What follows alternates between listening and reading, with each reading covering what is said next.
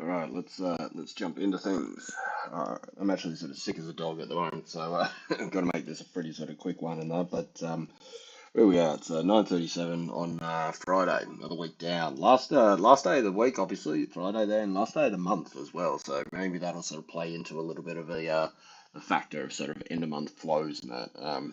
We'll have to sort of see it. I mean, as I said, geez, can't even sort of think straight. So anyway, let's kick on. News-wise, look, we've had a couple of bits and pieces this week because I've been a little bit sparse with sort of doing these videos. I've been going back doing the sort of handwritten notes and that with the approach. But look, I mean, everybody's up to date with the fact that we had the FOMC. They cut as expected. That was yesterday. We had BOJ. They sort of held as expected. And then obviously overnight we had ECB holding again and as expected. So no real sort of shockers with this sort of stuff with it all. One thing I did notice, like particularly, and I've made a couple of comments with this, particularly with a couple of people that I speak with, um, the price action, particularly around the dollar, leading into this FOMC was, in my opinion, a very big tell, because in the past from that we've seen how heavy the market has been trading the dollar with the anticipation that the cuts are coming. If you look at the sort of Fed Watch thing, and they sort of tell you sort of what the expectations are, what the market's technically kind of priced for their expectations of what the cut's going to be. It was like 99%. No, it was about 99%, 25 base point, and then like it would go like, or maybe down to 93 or whatever. Whatever the difference was, it would flick between a hold and then at one stage, they were saying, oh, it flipped across to a 50, at like a 3% chance of a 50 or something like this. I didn't see what it was just before the end of it all. But point is that sort of like it was very highly expected and anticipated. And whereas in the past, we've seen the dollar get absolutely demolished with that kind of idea of, oh, cuts are coming, cuts are coming. The dollar was being bid up. And I put a post on X the other day, Joseph. Brain's working at like half capacity. Yeah, put a post on X the other day in that, and I was sort of saying how the dollar's been bid up into FOMC. We also had gold at its highs. We had Aussie at its highs. When you see these things and the correlations are out, that was the point of that post, that the correlations were out. You know something's lying, and that's where the opportunity lies. So we had sort of like gold was sort of at the time sort of at its highs in that. We obviously saw a very sharp sort of pullback after the FOMC. Aussie obviously yesterday through that FOMC as well. That also sort of pulled back, even though despite it having very hot CPI and pretty much zero chance of a cut coming next, um, cut coming on Tuesday. Let me pause on, please. Yeah, so less chance of pretty much no chance of a cut coming on Tuesday. We saw both of those sort of pull back a little bit there. So again, these are the kind of things that sort of because I only sort of trade a number of things, and I really only like I'm aware of a lot of stuff. Like I mean, you're on the screen for 10 or 12 hours or whatever a day. I mean, you flick around, just curiosity. You look at the other charts, you look at what the other commodities, the other currencies are doing a little bit more. But I really only have my focus on trading mainly Aussie, gold, silver. And then sort of obviously a sort of like copper from time to time, but not so much. Copper's been a very tricky one and a bit of a risky one, to be honest, in that last couple of months. So I've stayed clear with that, and even though I did my analysis of that, it's honestly not been not been particularly well. I've been putting price targets in, and then it moves the other way. So I think I've sort of saved myself a bit of money just by not trading it. But regardless of all that, sort of we're seeing that sort of like when these things are all moving together, you can tell that something's going to break. The correlations. This is the thing with the correlations. It's sort of like there's a reason behind why things are moving in the way that they are moving. And when you see that sort of off kilter and those correlations break, you know that more likely than not, eventually it's going to revert back to what its normal true relationship is. And that's where the opportunity lies. Because if we see that sort of like, Aussie's moving up higher, but against the rest of the market, the dollar's also being bid up, So the rest of the market's buying US dollar, but for some reason they're still buying Aussie as well, and we know what that reason was, obviously the high CPI. But Aussie dollar cannot withstand the US dollar being bought against the rest of the market. They just can't. Like, so if they continue to sort of push the dollar higher, so in this case DXY, so that's the basket against the other majors. If the majority consensus across the market is to buy the US dollar, it's all very well that Aussie's got a high CPI and they may not be cutting this next time and that, but that'll only work for so long. The Aussie dollar and the US dollar don't hold the same weight. And that's what I've said a number of times with Aussie. The local data doesn't matter as much. It's kind of like a multiplier or a retarder of the move that we may see. Anyway, I'm dribbling on and that about this sort of stuff. Anyway, look, what was sort of saying? I caught the short side on Aussie. That's my sort of take on that. I'm still looking for that sort of gap to close. We've had a couple of good trades actually, sort of through that. Well, I've had a couple of good trades moving down through that, and yeah, gold I've been trading both sides of, so it's been going very well. Anyway, let's crack on. I hate that term. Crack on. Let's push on. Anyway, look, ECB they held. Moving forward through today, look, we got this 40 minutes. We got CPI out of Tokyo. I don't think this will be anything that really moves the market too much. Maybe a little bit of China data over there, and that I think one of the big sort of things that's been sort of moving the market this week is obviously the Trump and Xi meeting. And it sort of seems like, it's a weird sort of thing. It's kind of like that gray area because, Trump's coming out saying, hey, it's a 12 out of 10. Okay, that's fine. Look, at least he's positive about it. But at the same time, they didn't sign a deal. So we saw gold actually sort of move up because, of course, if you play this out, no deal signed. It's all very well to sort of say, hey, things are rosy, but no deal signed means more sort of ideas with tariffs and all this kind of thing. I think actually subsequent to that, um, they've announced like 45% or something like this. Um, but when they came out of the meeting, there was no deal, and because there's no deal signed, that creates a little bit of lack of a word, an uncertainty kind of thing. And as we know, which we've seen the last couple of months, gold has absolutely ripped off this sort of tariff uncertainty, all this kind of stuff. And gold moved, I think, about $100 or so from its lows overnight. So it was through yesterday, sorry, to its highs overnight. So, I mean, again, look, it was a good trade. It undid pretty much all of the FOMC drop off.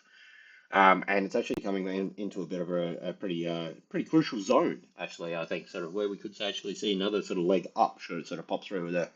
But I'll get to that on the charts anyway. So yeah, a little bit of China data coming out there. We'll see how we go anyway. Let's get on to the charts. DXY. Now this thing has charted beautifully. Like when things respect the chart, it's sort of like, yeah, maybe this is just because this is what I do. I really enjoy it. I really go, yep, okay, this is good. And as you can see, this was the move that we kind of look at. Originally, sort of, I had this back over here. so, slowly dying. Originally, yeah, I was thinking, okay, we get the break back over here, but obviously we got that little dribble back down here. I put a post up around this point here on Wednesday, it must have been. And as you can see, it's that second effort that got through there. So, and this is what it's all about. It's always about that second effort and that. It's like, I've sort of referenced this before, and that. If you ever played footy sort of growing up, that's what I said. That's the one that counts, the second effort. And this is what we're seeing here. Tested out the top side of this sort of falling resistance. Now, this isn't a major sort of falling resistance or anything. It's just something that the market seemed to be respecting through. And what you can see is obviously the second effort, bang, exploded through, tipped into this resistance zone, right into target where we thought, and lo and behold, market sells off from there. Beautiful. That's exactly how we planned it out. Came back down, and you can see this to an absolute cent. Touches the top side here and explodes off. And what it tells me with these sort of things is when you've got very good sort of structure in the price action, there's some methodology to how it's moving, and it's not just oh my God, frantic, quick, it's moving up, let's buy it, or it's going down, let's sell it, kind of thing, where it's more emotion driven. Those emotion driven trades are sort of generally, yeah, they won't respect the charts and that because they're like capitulations, their stops being hit, that kind of stuff with it all. But you're coming here, you're selling off where it should sell off, you're buying up where it should buy up. Second effort, like we saw here, second effort, bang, breaks through. Second effort here, bang, breaks through. Coming up here, 99.72 highs overnight. And if you look at this on a smaller time frame, what it's doing is come up here and it's consolidating out the top side over here. So should it sort of hold this area here? Look, there's definitely a chance we could see a dip down here. But generally, what I kind of feel with these things is like, they play the games like this. They'll sort of go to break and then they'll fall back and sucks people in. I mean, remember, like all in all for the whole year, it's why it's been mad sell everything. And this is what I'm talking about. That's sort of like, coming into the cut this week, where's the week start? Around here or something. Yeah, here we go. Dip down early Monday, Tuesday, whatever, and then sort of coming up here into the rate decision, it was being bid up. It was coming down. If his price action was the same as we'd been seeing coming into last rate decision, rate decision being sort of a cut expectation, you would have expected the dollar to be down here, but it wasn't. It was being bid up into it, and I think that was the tell. That was the sort of thing that where the market's going, look, we don't really care. You know what I mean? It's all very well. Yep, cut it. Great. We know we're cutting it. But the outlook of moving forward is what people are really interested in, and that's more about sort of like, what's going to be, what's the Fed going to be doing through into the end of the year, into the sort of the first quarter of next year. Oh, fuck, it's slightly dying. Anyway, um, so yeah, the fact that we're sort of out the top here, consolidating out the top here, that's what I was saying. They have those little sort of fake out shakedowns, those kind of things. Um, Eventually, they get to the point and they don't give people another shot. You know what I mean? Like, so if you're trying to sort of short this thing because that's been the trade, short dollar, they're cutting yada yada all year. You've got these chances to get off. Eventually, they go, well, tough luck, mate. If you didn't get off, we're just going to squeeze you and we're going to push up higher. And I think sort of like the fact, okay, yeah, it's sold down from the highs, but I think the fact that it's pushed through the top over here, I would be surprised. I should say, I wouldn't be surprised if this just grinds up high here. Next target's 100. And as you can see, we've got sort of daily resistance, 4-hour resistance. This is going to be the next area where most likely it's not going to break through first time. As you can see, this zone through here. I don't know why this thing's chugging so much. Anyway, this is an area that obviously we've had marked since back in June. First, well, actually, it popped through over here and got smacked back down. But as it came back up here, you can see one, two, and then on the third effort to actually get through here after quite like this is my point. First effort, second effort. It's all about the second effort. Second effort failed, and price got absolutely pummeled because of a failure. So here's your first effort. Well, first effort's just this little one here. Second effort goes through. I would say there's quite a high chance that we sort of see more move to the top side. But as we get to this move up over here, I wouldn't be surprised if we see. Oh, gold just popped a little bit there. I wouldn't be surprised if we see a little bit of a bit of a sell back down, and we don't go through this area first time either. So move this across like this. What time? 9:50. We set that Tokyo CPI, I think. I don't think that would have been the driver though, would it? Anyway, whatever.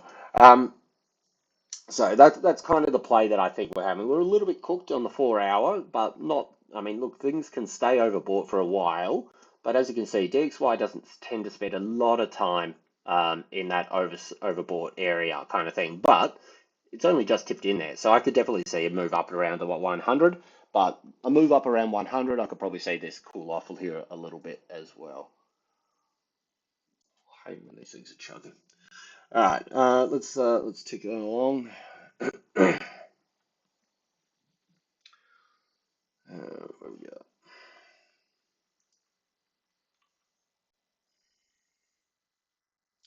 So we've got Aussie sort of obviously like it had a little bit of this sort of falling resistance, which actually gave quite a decent little sort of breakout to the top side here. And mainly this last bit driven here was from expectation of the CPI, plus also a weaker dollar. But as you can see, as soon as the dollar gets bid, it doesn't matter. Everybody forgets that the CPI was hot, that the quarter on quarter was hot, that the cuts on Tuesday aren't going to happen. As soon as they start buying the dollar, everyone seems to quite quickly forget that and say, hey, you know what? It doesn't matter so much. Now, where it does matter is the fact that if that quarter on quarter CPI had come in cooler, plus the US dollar had been bought, then Aussie would be down here. You see what I mean? Like it's pulled back because you got to sort of I've covered this a couple of times, but you got to sort of think like you got CPI drives it up, US dollar drives it down, but because you've got CPI a little bit hotter, it actually leaves it a little bit higher. Like, that's the general idea and not the actual levels. Had CPI been lower, well, you would have had two sort of driving forces pushing it down. So it saved it from being down at, 60, 65 cents or so, because there is, hold on, wait, it's not completely shot, but the fact is that the obviously the bigger driver is the US dollar being bought across the market over what CPI is doing for sort of on the local front. So it's sort of holding around this zone here for now. So it's come back here. I'm still looking for it to close that gap. Like, I don't like that gap that's open. So I'm still targeting at least down to 65.15 before we might find a little bit of a bid, sustained bid on this sort of move down here. But, we'll see how we go with that. Sort of depends, obviously, if we see that dollar continue to sort of push up a higher there. But yeah, closing that gap, I think, would make it a little bit more structurally sound. You've got the breakout. It would give you a back test, most likely, depending on obviously when it comes to this, but that would give you a reasonable level of a back test here, which would be close the gap, retest the top side of this falling resistance. If that holds for a support, then you could see it sort of move on. But for now, yeah, it doesn't look like it's about to sort of fly right off. Geez, metals just took off. Gold just popped $20. Did that data to come out? 10:30? No, it's not till 10:30. So anyway, so yeah, I wouldn't be surprised if we do have a little bit more downside. I'd be interested to see what happens down here, basically. So I'm looking for that gap to close there. Metals pushing up could be something that sort of gets this thing moving, but let's have a look at gold actually, because that's actually just breaking a bit higher here. Gold's been a great trade actually, to be honest, in that it's been very good sort of two-way action with it all. What we are sort of seeing here, and this is what I was referencing just before, like when I started this video, I said, look, we're coming into a bit of a crucial level. What's that? 40, 40, 40. Wow, look at that. Bang, just popped another couple of bucks. So this is a tiny little zone back over here, not really much, didn't really hold too much here, but it comes in pretty well with your sort of resistance level through here. And this is the main thing that I was looking at. Look at this, we got a low, we got a bounce, we got a low. This low is higher than that low. This is the second effort, and what does it do? Bang, pushes through. Where are we looking up above here? Well, I would say probably you've got a little bit of a zone, maybe another sort of $10 or so up over here. So that'd be an interesting one to sort of see what happens with it all. But quite frankly, you could be pushing back up towards maybe like, 4,100 here. I wouldn't be surprised because the thing is, you've got a higher low, you've got this sort of double bottom sort of thing happening here. If this thing holds out the top over here, yeah, I could see this thing moving up probably to around 4,100, or possibly even higher. Look, I think the fact that it broke that sort of trend, all right, cool back. I think it worked out why the thing was running so slow. The fans had seemed to stop. Like, what's that little burning smell? And then sort of the whole thing sort of shut off, which frustrates me. I can't stand tech issues. It's one thing that just drives me nuts. Excuse me. Anyway, I can't remember where it was at, but look, we got. Let's just have a quick look at now. The charts are moving a lot better now. I can actually sort of get into these things and look at it a bit more. So let's just drag this across here. This is on the 1 hour. Say that's your little downtrend here with Aussie. It is sort of consolidating on the bounce there, I suppose, a little bit. Not a big fan of that bottom level there, but again, look, I think that this could potentially sort of roll over and at least sort of come down, close that gap, and then see what the market does over here. That's where I'm kind of interested in potentially sort of seeing if it holds around this area here, we could see a big structural breakout, and things could work well. I probably just said that 2 minutes ago. I don't know, my mind's not really really on the ball at the moment. Let's see where we had gold. That's where we got to. Okay, so gold. This is my point here. So this is the same sort of thing. You got this falling resistance. Here's your breakout. Here's your back test. Back test top side of that sort of falling resistance.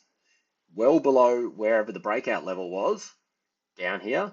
Double bottom. Bang. Pushing up over here. This is a smaller area of a double bottom. But if we get onto the 4 hour, we're seeing the same structure happen through here. So we've got a low. We've got this little sort of move up over here, bang, sold down, it's come and taken out this high over here. Now this is being sold into a little bit at the moment, so really kind of want to say, as I said, it's a little bit cooked on the 4 hour, but you know, structurally, top side of this, I can see this moving up over here. And the reason, another sort of reason for this is because this is your large daily resistance, right? This is the one that sort of like, you know, we were like, oh, look, it's going to hit our first big price target coming down through here.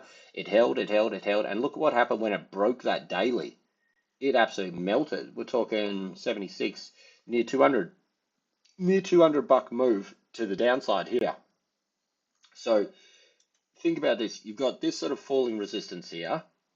What does it do after it breaks the falling resistance? You get the initial breakout, then you get the back test. The back test tests the top side of that falling resistance. This is how the angled falling resistances work when they break out.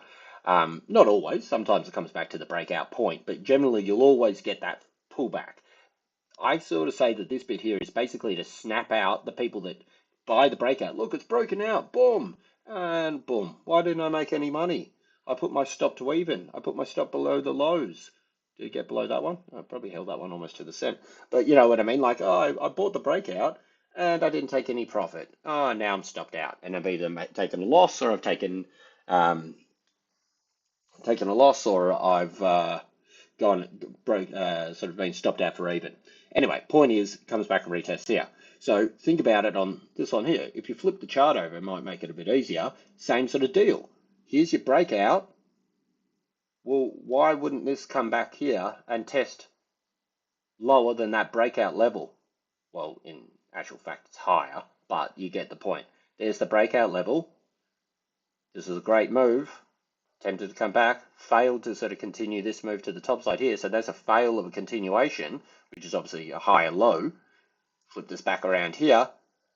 Most likely, you could see a test back up over here. And what does this also give you? It gives you a bit of a confluence because we've got quite a strong sort of horizontal resistance. Obviously, that depends on what speed this thing comes into it all. But say that's your horizontal resistance through here. Make it a zone here. What happens if price comes up over here? Well, two things. One, you've got a big horizontal resistance. You're still on the underside of this daily. This is, in my opinion, probably not enough punishment for the price. If you break the trend, this is of course just how I view things and talk about things. Not necessarily the textbook, but that's okay. Textbook doesn't necessarily make you money. Point is that sort of like, you know, I don't think this has been punished enough for the significance of breaking that trend. I think that this is kind of going to do this kind of move. Here's your breakout here. Here's your retest here. And then I think that's your big move down here. So short term, I could see some upside here, potentially up to 41.50s. But should we get up there? Should we reject from this area up here? Well, you got a pretty big sort of confluence because you're retesting the underside of that daily trend of in line with this horizontal around that 41.50. If we get up here, Of course, this is always a lot of ifs and whats and yips and whatever. If we get up here and we reject from up here, emphasis is going to be on these lows down over here, these breakout lows down here. If you reject from here, break down here, we're going much lower. And look, you know what? I've spoken to some people who pretty much I sort of think, you know, I sort of respect their kind of opinion, and they're sort of looking for lower moves in metals through November. Well, if that's going to come, why not snap some people out, drag some more um, longs in first, and then sort of really rip them apart as well.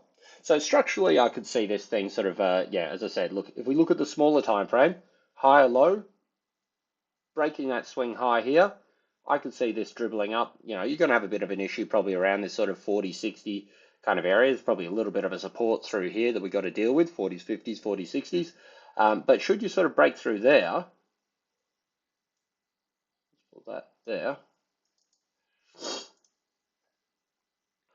bouncing, let's call that 40, 60, whatever. So should you break through there, I could see this thing sort of dribbling up towards this level over here. And this is where I'll be looking to sort of see if we can get some sort of short positions to ride this thing back down here a little bit there. So structurally, I could see this retest the underside and yeah, potentially then sort of see a sell down after that. Silver.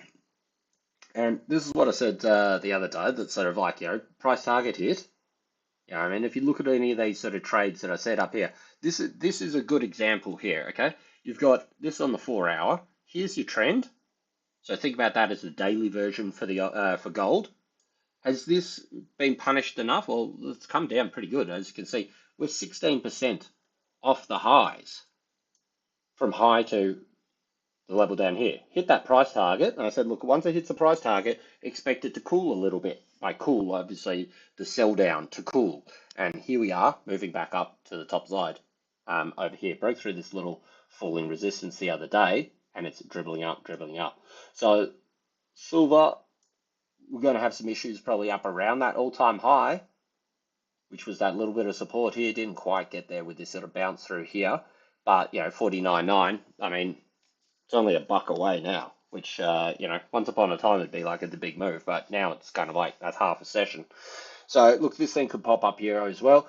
Look, if we're going to see gold go up higher, then you could be looking more up around these levels over here for this sort of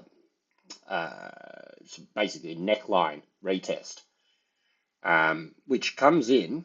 This red is the fib for the drop around the 61% mark. So should gold, and by extension silver, basically just call it the metals market, should the metals market push up a little bit higher, should you get above the all-time high, I don't think we're going up to highs. I don't think we are. I think there's a chance for us to squeeze, but then I think we have more downside to come. And just like with the falling resistance, has this gone enough to constitute breaking this? I would say probably not. We're at the 38%, which is a good retrace level where we could see this thing continue down. If we sell down from here now, so the tail is underneath 47.10, underneath 47.10, well, you're probably going down to test those levels there, and you could probably be going a little bit further down. But all in all, I wouldn't be surprised, particularly if gold pushes this thing, that we could see a move back up over here. And again, this is where I'd be looking to sort of get short from. A retest over these levels here. You got the 61%. It's right in this kind of neckline, depending where you draw your neckline with it all. I had it through here with the bodies. I like the body fills opposed to the wicks with these when I'm drawing my levels. But basically, if you come up to this area over here, if we get a shot from 51, 51.06, let's put a little thing here. It's that message danger. Let's cut something. 61% of sell down for rejection. Look for rejection. I mean, what else do you want? 51.10. Bang. There we go. All right. So that's potential. Look, again, this thing could roll over and just got to come down here now. We haven't really got a proper back test here. We did get that little one here, but obviously gave you a higher low and it's pushed on here. So we'll see how it goes in that. yeah, look, the thing could fail from here. I mean, anything's possible. 38%. It's obviously getting to a small little reaction just there now. But I wouldn't be surprised if we do see this thing drift up higher. However, if we do extend past and sort of like take out these sort of like textbook stops, imagine the mental flurry of people when you go back past that all-time high. People, yeah, that's cool, boom. So, you may get some stops that sit around this thing here above that all-time high because a lot of people have been calling this a fake breakout. And at the moment, it is a fake breakout over all-time highs and then slap back down. Should it get up over here, you get a lot of people going, cheering, hey, silver, it's going to $100. I remember putting a post up the other week where people were saying, they were saying $80, $100 by, no, maybe not 100, maybe, I think maybe 70 or $80 by end of year. And I'm like, dude, it's like halfway through October. You know what I mean? Like, you're not going to do $30. Maybe I'll eat my words. I don't know, but you're not going to do $30 in 2 months. Like, yeah. But that's the crowd. That's who you're trading against. The people that sort of are blinded by the idea that the thing may not just go up. You know what I mean? I've said it a couple of times. It's Bitcoin 2020 all over again. Everybody that I knew, like, I ran into suppose people that I'd known from school and shit. And, yeah, I'm a trader now. I'm a trader. What do you trade? Bitcoin. I remember I put a post up once, as sort of like it was this setup I'd been sort of waiting for with Aussie for a bit, and it moved like 2.5% or something like this. And I get all these messages that of, oh man, Bitcoin did 15% in a day. And I'm like, yeah, that's cool, bro. Yeah. Anyway, spoiler, none of them are traders anymore. But the point is, it's sort of like, people get this locked into this mentality. It can only go up. It can only go up. And look, I do believe probably in time, maybe through next year, we will see a big push. But it doesn't mean that you can't sort of see some deeper corrections beforehand. Um, you know what I mean? I could be wrong, of course, but I've learned this kind of stuff the very long, hard way round, unfortunately. But should we get up over here? I reckon this could be hitting some stops that short people would be putting them above the all-time highs. I think sort of it'll drag in people going, hey, we're going to 100, blah, blah, blah, all that kind of stuff. That's extra liquidity to add to a bigger sell down over here. So, yeah, if we see some sort of short-term upside, that's where I'd be looking for some decent shorts as well. Um, let's take a long copper. Copper, all in all, it's actually trading a lot better than the other metals. As you can see, my price target was down over here, so as I said, I've saved myself just by not doing anything here. But it held this zone here quite well. I haven't really got much to say about it at the moment, as I said. I think that sort of metals as a whole will probably have a little bit of a downturn, but I'm steering clear of copper for now. These big moves through here, structurally it worked very well on the recovery, but now it's just choppy and ugly and back burner, putting it on the back burner. And yuan dipped right down, tested these lows down here, found support just above where we saw that previous one there. So you can see big fail down here, shook out the bottom. This grey area here is like a big weekly support. So it's the last line of defense. Should you go down underneath here, take out this little wick down there, over here, then you could see some big dramas going down there. But for the moment, it seems to be holding.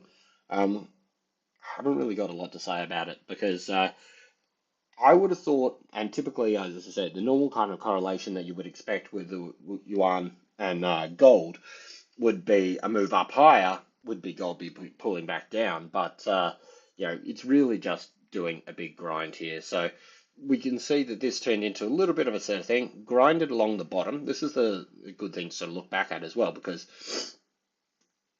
this is obviously sort of trying to form a little bit of a range, consolidating at the bottom part of the range. Where did it go? Boom, drop down the bottom side there. So again, if you get these things and they consolidate above the high, you're most likely, and this is what I sort of say with these consolidations, if you look at this in like a directional thing, this is your consolidation here. Well, it moved down, consolidated, and which direction did it continue? Boom, in the same direction it entered into the consolidation. And that's, nothing's ever 100%, but more likely than not, that's the direction you see with stuff when things are consolidating. So look, it's not dead, but it's kind of definitely gone on the back burner. We could say that's probably a bigger range that it's starting to form now. So should you break back up over here, look, I think 715 is definitely still going to be the resistance for it to beat, but at the moment, it just looks like it could be widening out into a bit of a larger kind of range. Not really anything that's actionable at this stage, in my opinion. All right, quickly, we just look at this. Not this one. Gold silver ratio. I can't remember where I finished this up last time, but we had this little price target up through here, and as you can see, sort of like, this is, I think sort of may have jumped in a little bit early sort of thing in this area here. Would have come up to it all. Big negative divergence coming down here on the daily. Negative divergence, as you know, they're my favorite reversals. That played out very well. Hit price target, 2 tests into it, and it failed to push through, and so we've seen price get knocked back there a little bit. As you can see here, a little bit of a negative divergence onto the 4-hour. Very slight. We're talking half a point, but it doesn't matter. Look, even if things come up even level, I still consider it somewhat, obviously not as big a signal, but I still consider it somewhat negative divergence because prices move back up to the level there. And where's the interest? There's the buying interest. Well, it's only up around 50 on the Stodge. So, that to me is a sort of a bit of a tell. Now, there's a thing that I've sort of been trying to track as to how much punishment in terms of length should something take after a negative divergence. And so I'm working off just the basic rule of thumb of 13 to 20 candles. So what have we got here? 1, 2, 3, 4, 5, 6, 7, 8, 9, 10, 11, 12, 13, 14, 15, 16, 17, 18, 19, 20. I don't know if I said 30 a second ago or not. As I said, my brain's not really fully switched on at the moment, but 13 to 20 candles. And we are at around 20 candles now. So what could that mean? It could mean that we may see the price has been adequately punished for putting in a negative divergence, and maybe we could see this thing start to recover up from here now. So what I'll do is I'll put a little there, and we'll sort of say this is just for my own reference. I mean, it could be right, could be wrong, whatever. That's the whole point in this sort of stuff, 20th candle, neg G. Just to sort of basically go back and sort of see, is this going to be, I think it's a little small. See how this plays out afterwards. Because these things could be decent. Because I was talking to a mate the other day, and I was saying this exact thing. I think we were around here at the time. I said, look, we're on like the 9th candle. This could have further repercussions, and bang, as I've seen, it has sort of come down here. And as we know, as we know, gold silver ratio as a whole moving down is generally considered more bullish for metals. So, could we see a little bit of a pullback with this as this sort of comes back up over here? Well, I don't know. We'll wait and see. We've got to see it above sort of 85, 90, call it 86 to see, probably a deeper correction with metals. But as these things push down over here, silver's generally going to outperform gold. But yeah, we'll see how this one goes anyway. I'll sort of track it back over that one. All right, I've got to put these 2 videos together. All right, that's it from me.